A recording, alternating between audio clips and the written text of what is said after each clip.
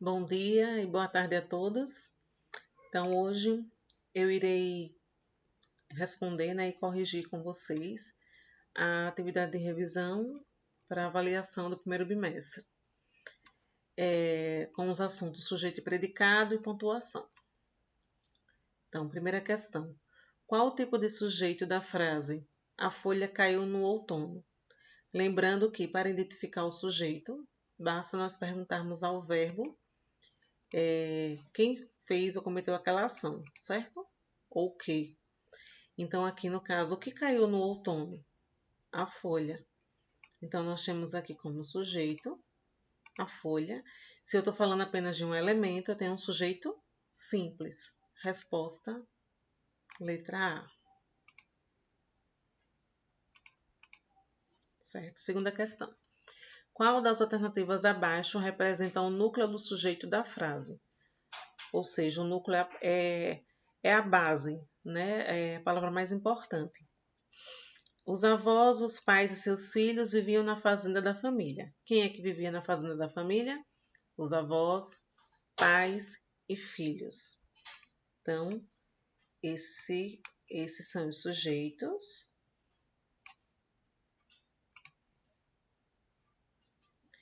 E o núcleo é avós, pais, filhos. Letra C. Terceira questão. Qual das frases abaixo temos um predicado nominal? Lembrando que o predicado nominal, ele vem ligado pelos verbos de ligação, os mais usados. Ser, estar, permanecer, continuar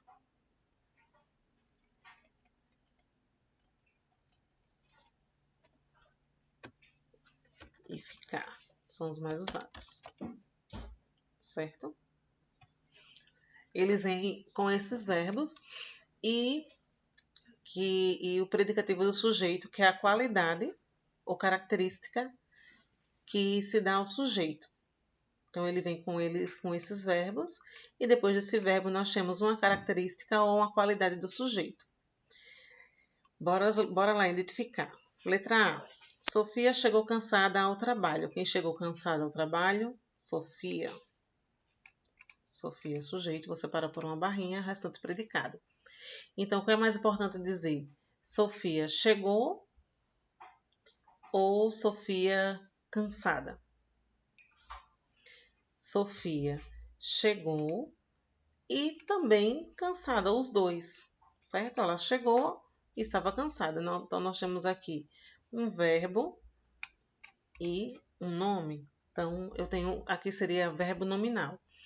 Joana e Felipe caminharam muito hoje. Quem caminhou muito hoje? Joana e Felipe, sujeito. Então, mais importante eu dizer, Joana e Felipe caminharam, Joana e Felipe muito hoje. Caminharam. Então, aqui eu tenho um predicado verbal. Luísa e Paula estão fazendo torta de maracujá. Quem é que está fazendo torta de maracujá? Luísa e Paula. Ó, o verbo está. Estão fazendo torta de maracujá. Vamos deixar essa daqui para a gente avaliar por último, certo? D. Maria Vitória chegou ofegante à aula. Chegar. O verbo Maria Vitória sujeito. E chegar, que é o verbo que não é nenhum desses verbos de ligação. Alan continua atencioso comigo. Verbo continuar, verbo de ligação. E vamos lá, ver o que é mais importante aqui no predicado. Alan continua ou Alan atencioso? Então, aqui no caso é Alan atencioso. Então, a resposta, a letra E, predicado nominal. Quarta questão. Qual das frases abaixo o sujeito é oculto? Lembrando que o sujeito oculto ele não vem explícito na frase, mas tem como identificar pelos pronomes eu ou nós, que não vem escrito, mas através do verbo tem como identificá-los. Letra A. O empregado do supermercado vendeu sua casa. Quem vendeu sua casa? O empregado do supermercado. Sujeito simples. Livros e cinema são o meu passatempo preferido. Quais são? O meu passatempo? Livros e cinema. Sujeito composto. Gostamos de pular carnaval. Quem é que gosta de pular? Nós. Nós gostamos. O nós não está na frase, mas tem como identificar por conta do verbo. Segunda pessoa do singular. Então, aqui já temos a resposta. Letra C. Quinta questão. Temos um sujeito inexistente em. Então, através do verbo indicando o fenômeno da natureza.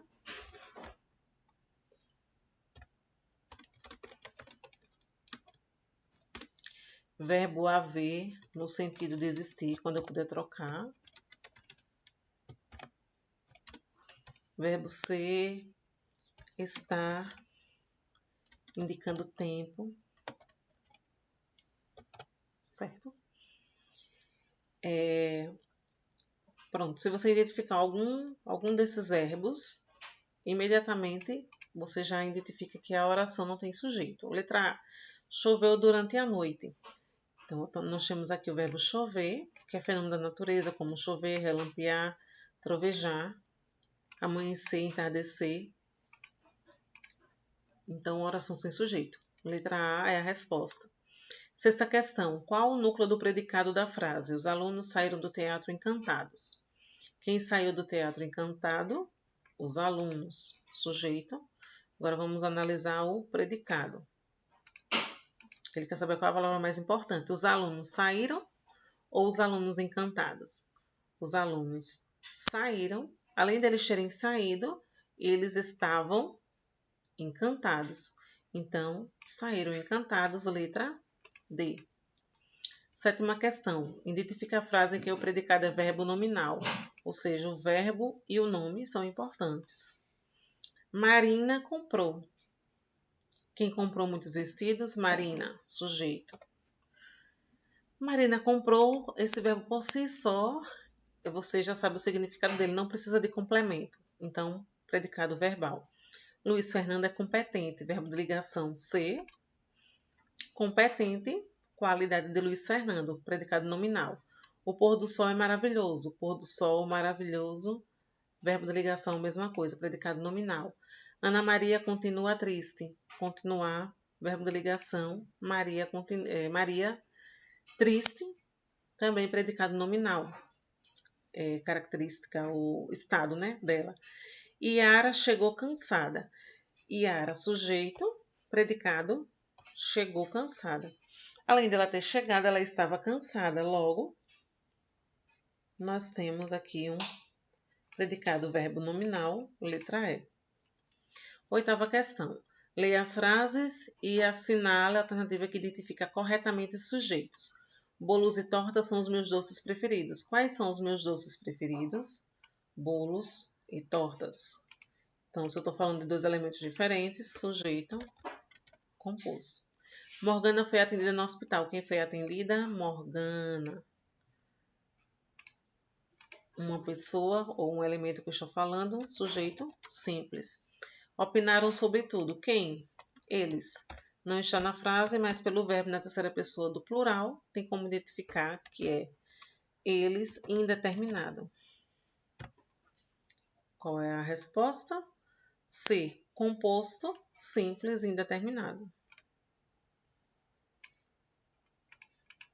Nona. Qual das alternativas abaixo tem uma oração sem sujeito? Então, bora lá. Falou-se não pode ser, verbo terceira pessoa do singular mais o se é indeterminado. Estão, terceira pessoa do plural, também indeterminado. Estavam também.